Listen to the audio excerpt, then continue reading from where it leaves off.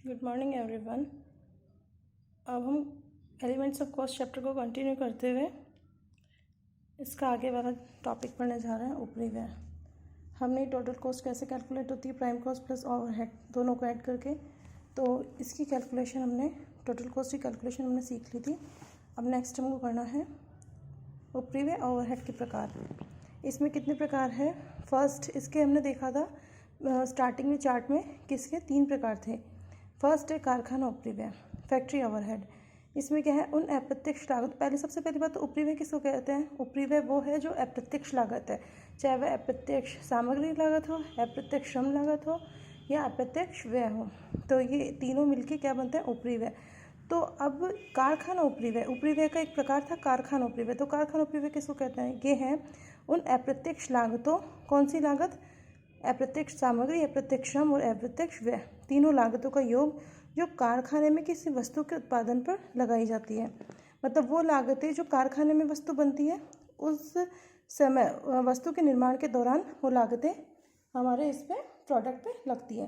कैसे होगा? जैसे इसमें एग्जांपल दिया हुआ है, factory rent, rates and insurance, factory lighting, factory supervision, drawing office salaries, motive power, fuel and oil, use tools return of, और ये है depreciation of factory building, depreciation of plant and machinery, indirect wages and supervisor salary.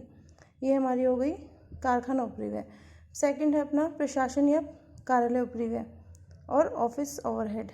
इसमें है क्या दिया हुआ है? वस्तु के निर्माण में प्रयुक्त कार्यालय संबंधी कार्यों से संबंधित अप्रत्यक्ष लागतों को, अप्रत्यक्ष लागत कौन सी? वही तीनों, सामग्री, श्रम और व्यय, इनकी जो भी अप्रत्यक्ष लागत है उसको प्रशासन या कार्यालय ऊपरी व्यय में कैटेगराइज किया जाता है। इस शीर्षक के अंदर उसको सम्मिलित किया जाता है। क्या होगा इसमें? एग्जाम्पल दिया हुआ है जैसे office rent, office rent, office rent, rates and taxes, staff salaries, office lighting, office cleaning, printing and stationery, depreciation on office equipments and depreciation on office building and furniture, audit fees, bank charges, general expenses etcetera. तो ये सब क्या हो गए? ये खर्चे हैं office से रिलेटेड। फिर थर्ड है विक्रय एवं वितरण ऊपरी व्यय। क्या है? Selling and distribution overhead. इसमें क्या क्या है? विक्रय व्यय। अब ये देखो, विक्रय एवं वितरण, वैसे तो ओवरहेड 3 टाइप के हो गए, कारखाना प्रशासन और विक्रय, लेकिन हम ये विक्रय वितरण व्यय है ये 2 भागों में बटा हुआ है, विक्रय ऊपरी व्यय और वितरण ऊपरी व्यय।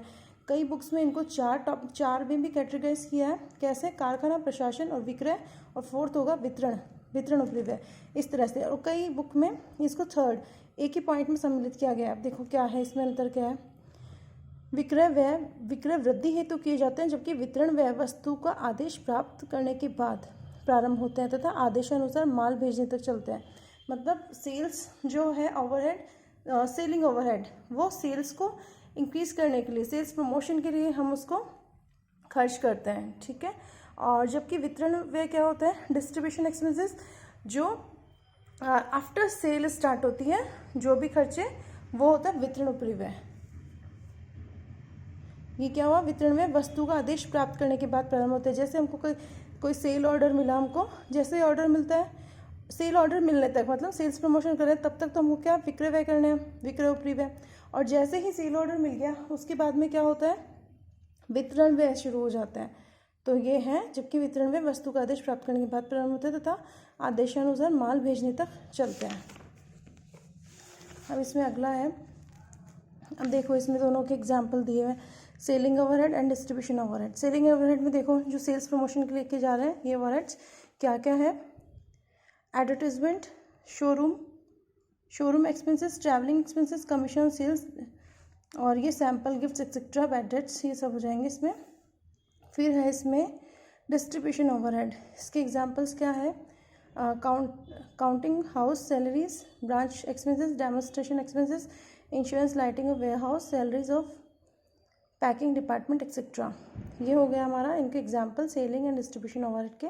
फिर है हमारा नेक्स्ट टॉपिक, लागत में शामिल ना की जाने वाली मदें। कुछ मदें ऐसी है जो कि हम वस्तु की लागत ज्ञात करते हैं, उसमें उनको इंक्लूड नहीं करना है। क्या क्या है? वित्तीय आय, ये जो भी वित्तीय आय, cash discount receive, brokerage and commission, profit on sale of investment assets, interest and dividend received etcetera, ये वित्तीय आय है, इनको लागत में वस्तु की लागत ज्ञात करते समय शामिल नहीं करना है। उसी तरह से वित्तीय व्यय है, एक्सपेंसेस रिलेटेड टू फाइनेंस, ये क्या है, penalties, fines, cash discount, interest paid on bank loan और डिबेंचर्स एक्सेट्रा, ये वित्तीय व्यय है। इसको भी वस्तु की लागत ज्ञात करने में इसको ऐड नहीं करना। वस्तु की लागत मतलब कैसे, हम शर्ट का प्रोडक्शन कर रहे थे तो शर्ट में हमने क्या क्या ऐड करते हुए चल रहे थे, सामग्री, और उसमें जो मजदूरी लगती है उसको सिलने का तो वो श्रम, और जो भी अदर एक्सपेंसेस है जो भी उसमें उस वस्तु से डायरेक्टली इनडायरेक्टली जो भी रिलेटेड है वो सब। तो ये तीनों तरह के सामग्री, श्रम और व्यय, तीनों तरह के जो खर्चे हैं प्रत्यक्ष या अप्रत्यक्ष, वो वस्तु की लागत ज्ञात करने में शामिल करते हैं। लेकिन वित्तीय आय, वित्तीय व्यय, इनके एग्जाम्पल दिए हुए, इनको शामिल नहीं किया जाता है। थर्ड है लाभों का नियोजन, provision for bad and doubtful debts, premium expenses, और इसको राइट ऑफ करते हैं तो वाला खर्चा, और ये है डोनेशन, अंडरराइटिंग कमीशन, इसको राइट ऑफ करते हैं तो वो भी, और गुडविल को राइट ऑफ करते हैं।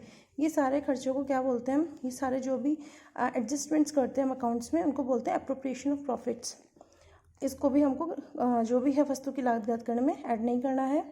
फोर्थ है असाधारण हानियाँ, ये क्या है, loss by fire, theft and earthquake etcetera, इनको भी ऐड नहीं करना है। फिफ्थ है असाधारण लाभ, इसमें क्या है, profit on sale of fixed etcetera, ये एबनॉर्मल गेन्स है, इसको भी क्या करना है, वस्तु की लागत ज्ञात करने में ऐड नहीं करना है। तो ये 5 आइटम्स हैं, इनके एग्जाम्पल्स देख लेना, आपको क्वेश्चंस में मिलेंगे।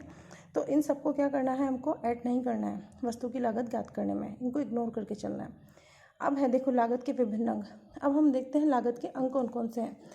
सबसे पहले देखो, हमने फर्स्ट आपके पास नोट्स है जो लास्ट क्लास में शेयर कर दिए थे, उसमें 3 सबसे पहले एलिमेंट ऑफ कॉस्ट है। तो कॉस्ट के एलिमेंट से वो क्या क्या थे, श्रम, लागत और व्यय। श्रम लागत व्यय थे, उन श्रम लागत व्यय को हमने 2 भागों में बांटा था, प्रत्यक्ष और अप्रत्यक्ष। सारे प्रत्यक्ष मिलके क्या बने थे, प्राइम कॉस्ट, और सारे अप्रत्यक्ष मिलके क्या बने थे, ओवरहेड। तो इसी तरह से देखो यहाँ पे ये क्या हुआ, प्रत्यक्ष सामग्री, डायरेक्ट मटेरियल, डायरेक्ट लेबर मतलब प्रत्यक्ष श्रम, डायरेक्ट एक्सपेंसेस मतलब प्रत्यक्ष व्यय, तीनों ऐड होके क्या बने, प्राइम कॉस्ट। प्राइम कॉस्ट में जब हमने फैक्ट्री ओवरहेड, कारखाना उपरिव्यय को जोड़ा तो क्या आता है, वर्क्स कॉस्ट, कारखाना लागत। फिर इसके अंदर हमने ऐड किया वर्क्स कॉस्ट में हमने ऐड किया ऑफिस ओवरहेड। जैसे ऑफिस ओवरहेड ऐड करेंगे यह आएगा कॉस्ट ऑफ प्रोडक्शन मतलब उत्पादन की लागत, उत्पादन लागत। फिर हम इसमें ऐड करेंगे सेलिंग एंड डिस्ट्रीब्यूशन ओवरहेड। जो हमारे 3 ओवरहेड्स के टाइप्स थे उनको 1 by 1 मतलब क्रम से जोड़ते जा रहे हैं। सबसे पहले फैक्ट्री था, फिर ऑफिस था, फिर सेलिंग एंड डिस्ट्रीब्यूशन ओवरहेड था, वो ऐड कर दिया है कि क्या है, कॉस्ट ऑफ सेल्स मतलब जो माल सेल होगा, बिक्री, जो भी बिक्री होने वाली है उसकी लागत, उस सामान की लागत। ये अब हम प्रॉफिट ऐड कर लेंगे, कुछ सेल्स का कुछ परसेंट या कॉस्ट का कुछ परसेंट प्रॉफिट ऐड हो जाएगा और क्वेश्चन में दिया हुआ होगा। इनको जैसे कॉस्ट में प्रॉफिट ऐड करते हैं तो आ जाती है हमारी सेल्स। ठीक है, ये एक तरह से ऐसे समझो एक शर्ट बनी, शर्ट में मटेरियल क्या क्या लगा, कपड़ा, डायरेक्ट मटेरियल, मजदूरी लगी उसको सिलने की, 1000 रुपये का कपड़ा था, 200 रुपये मजदूरी आई तो 1200 रुपये ये। और डायरेक्ट एक्सपेंसेस मतलब वहीं पे इसको प्रोडक्शन में कुछ प्रत्यक्ष खर्चे लगे, 100 रुपये के खर्चे लगे, तो क्या हुआ 1000, 200 और 100, ये हो गया हमारा 1300 का प्राइम कॉस्ट।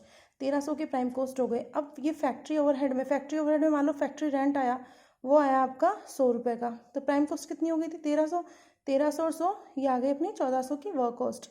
फिर ऑफिस ओवरहेड है, ऑफिस ओवरहेड मतलब जो भी अकाउंटिंग वगैरह करते हैं हम लोग, तो ये टोटल मिला के जो भी एग्जाम्पल देखा उनमें से कोई भी नाम आ जाएगा, वो सब मान लो मिल के आया अपना 200 रुपये। 200 रुपये तो 1400 रुपये पहले हो गए थे और ये 200 ऐड करते ही हो जाएगा यहाँ पे 1600 की क्या हो जाएगी कॉस्ट ऑफ प्रोडक्शन। और फिर बाद में शर्ट जब बन गई है और ऑफिस में भी उसका जो भी लिखा पढ़ी के जो भी काम थे, अकाउंटिंग के काम थे, वो सारे हो गए हैं, जो भी ऑफिस से रिलेटेड वर्क थे वो वहाँ से पूरे होके वो शर्ट फ्री हो गई है। शर्ट फ्री होके फिर वो सेल होने आई तो यहाँ पे क्या था, यहाँ भी कुछ खर्चे लग गए, तो देखो अपन यहाँ पे क्या करके चल रहे थे, 1000 रुपये का था हमारा मटीरियल और 200 रुपये की थी हमारी मजदूरी, 100 रुपये के थे हमारे कुछ प्रत्यक्ष खर्चे, ये हो गया हमारा 1300 रुपये, 1300 का खर्चा आ गया। इसके बाद में फैक्ट्री ओवरहेड हम बोले, factory rent, factory rates and insurance, ही सारा मिला के आपके लगा 100 रुपये, तो ये कितना हो गया 1400 रुपये का अपना ये वर्क्स कॉस्ट आ गया। ऑफिस ओवरहेड, ऑफिस से रिलेटेड जो भी खर्चे थे, जो भी मैंने एग्जाम्पल में बताए थे आपको, जो भी एग्जाम्पल थे एडमिनिस्ट्रेटिव एक्सपेंसेस और ये ऑफिस एक्सपेंसेस, इसमें से कुछ भी आ सकता है कोई भी नाम से। तो यहाँ पे आ गया अपना 100 रुपीज़ का, मान लो 200 रुपये का था तो ये आ गया अपना 1600। इसके बाद में हमने ये है selling distribution overhead. Selling distribution overhead मानो 100 रुपये लगते हैं इसको बेचने के लिए जो भी अपनों को एफर्ट्स करने पड़ते हैं, मतलब advertisement, showroom expenses, travelling expenses, और भी सेल्समैन जो बेचने जाता है उसके खर्चे, डुबत ऋण वगैरह, गिफ्ट्स, सैम्पल्स, ये सब देना, इसके जो भी खर्चे हैं, और ये वितरण के खर्चे ये सारे दिए हुए हैं। इनमें से कोई भी नाम से या इससे अलावा भी कोई और नाम आ सकते हैं, ये कोई वो नहीं है, लिस्ट नहीं है। इसकी लिस्ट पूरी हम आगे देखेंगे, जिसमें मोस्ट प्रोबेबली सारे ही जितने ओवरहेड के नेम है वो ऐड होंगे, वो इसमें इंक्लूड होंगे। अब ये इसके मान के चलते हैं, ये हमारा लग गया 100 रुपये, तो ये हमारी आ गई 1700 की लागत। कॉस्ट ऑफ सेल्स कितनी आ गई अपनी? 1700। अब 1700 रुपये आ गई। अब हम ये चाहते हैं कि हमको यहाँ पे 10% लाभ हो लागत का, तो लागत कितनी आ गई? 1700 का 10% 170, 1700 इंटू 10/100 करेंगे 170 आ जाएगा। ये हो गया हमारा प्रॉफिट। तो सेल्स हमारी क्या आ जाएगी यहाँ पे? 1870 रुपये। मतलब एक शर्ट हमारी कितने की बिकेगी? 1870 रुपये की। 1870 रुपये की एक शर्ट बिकेगी। ये हो गया हमारा लागत के विभिन्न कंपोनेंट्स ऑफ टोटल कॉस्ट दिया हुआ है कि एक लागत जो भी कैलकुलेट होती है किसी भी वस्तु की, तो या फिर वस्तु के पूरे बल्क की। ये तो हमने एक शर्ट के लिए निकाला है। आप यहाँ पे 1000 शर्ट्स के लिए भी कर सकते हैं यहाँ पे कैलकुलेशन, तो वो क्वेश्चंस में आगे आएंगे, उसके अकॉर्डिंग हम देखेंगे। अब देखो, ये तो मैंने शॉर्ट फॉर्म में बताया था, शॉर्ट फॉर्म में। लेकिन अगर मान लो इसी के साथ में ओपनिंग क्लोजिंग स्टॉक भी हो, अगर रॉ मटेरियल का ओपनिंग क्लोजिंग हो, या फिर अपने पास WIP का, WIP मतलब ऐसा सामान जो पूरा नहीं बना है, आधा अधूरा बना हुआ है, तो उसका कोई ओपनिंग क्लोजिंग स्टॉक हो, और अपने पास फिनिश्ड जो गुड्स होती है अपनी, उसका ओपनिंग क्लोजिंग स्टॉक हो, उस केस में हमको कैसे करना है, इसके लिए डिटेल पूरी एक लिस्ट देखनी पड़ेगी। तो देखो, ये है इसमें direct material, direct labour, direct expenses, तीनों मिला के आते हैं प्राइम कॉस्ट। ये तो हम पहले डिस्कस कर चुके हैं। अब इसमें देखो क्या है, अगर opening closing of raw material दिया हुआ हो और परचेजेस दिए हो, ये डायरेक्ट मटेरियल आपको क्वेश्चन में दिया हुआ, आपको क्या दिया हुआ है? Opening stock of raw material, purchases of raw material और closing stock of raw material. तो आप इन तीनों से एडजस्टमेंट करके कैसे डायरेक्ट मटेरियल निकालोगे? Opening stock of raw material plus purchases of raw material minus closing stock of raw material.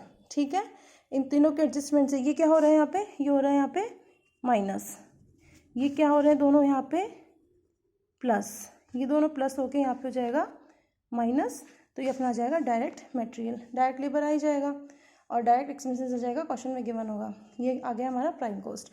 Prime cost में हम जो भी फैक्ट्री ओवरहेड के एग्जाम्पल्स से, जो भी फैक्ट्री से रिलेटेड खर्चे हैं जो कि वस्तु के निर्माण में काम आ रहे हैं, तो वो यहाँ का आएंगे, फैक्ट्री ओवरहेड में आ जाएंगे। यहीं पे क्या होगा? रॉ मटेरियल का स्टॉक तो यहाँ हो गया। अगर WIP का स्टॉक होगा तो फैक्ट्री ओवरहेड के जस्ट नीचे plus opening stock of WIP minus closing stock of WIP। ये क्या आ जाएगा अपना? फैक्ट्री कॉस्ट और ऑब्लिक करके works cost.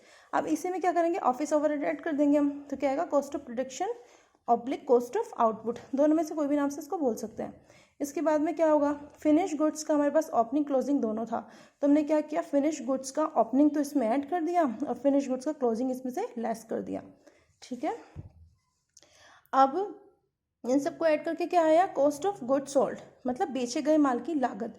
Cost of goods sold में हम ऐड करेंगे सेलिंग एंड डिस्ट्रीब्यूशन ओवरहेड, मतलब selling and distribution overhead add करेंगे। क्या आएगा? कॉस्ट ऑफ सेल्स या टोटल कॉस्ट, मतलब कुल लागत। अब इसमें ये सब हमने कर लिया। अब इसमें मान लो प्रॉफिट दिया हुआ है, प्रॉफिट परसेंटेज दिया हुआ है कि हमको लागत का 10% लाभ जोड़ना है, तो इसका आप सीधा 10% निकाल लेना। और अगर मान लो आपको ये बोले क्वेश्चन में कि सेल्स का 10% लाभ जोड़ो, तो सेल्स तो अभी अपनों को पता नहीं है कि कितना है, सेल्स हमको पता कहाँ है अभी तक तो हम इसी स्टेप तक पहुँचे हैं। तो हम क्या करेंगे? सेल्स का 10% लाभ ज्ञात करने के लिए क्या करेंगे? टोटल कॉस्ट ऑफ सेल्स या टोटल कॉस्ट इनटू प्रॉफिट प्रतिशत ऑन सेल्स डिवाइडेड बाय 90, मतलब 10% ऑफ प्रॉफिट ऑफ सेल्स। ठीक है, प्रॉफिट ऑन सेल्स कितना है? 10% डिवाइडेड बाय 90। इस तरह से करके आप ये सेल्स पे प्रॉफिट निकाल लेंगे, आ जाएगी सेल्स। ये सब अभी आगे क्वेश्चन करेंगे तब क्लियर हो जाएगा। तो अब ये क्या था? हमने क्या पढ़ा है? Different components of cost with adjustment of opening and closing stock of material. ये अपना हो गया है, ये चैप्टर अपना कंप्लीट। अब कल से हम नेक्स्ट चैप्टर स्टार्ट करते हैं। अगर इस चैप्टर में कोई प्रॉब्लम है तो आप लोग ग्रुप में पूछ सकते हैं। Okay, thank you.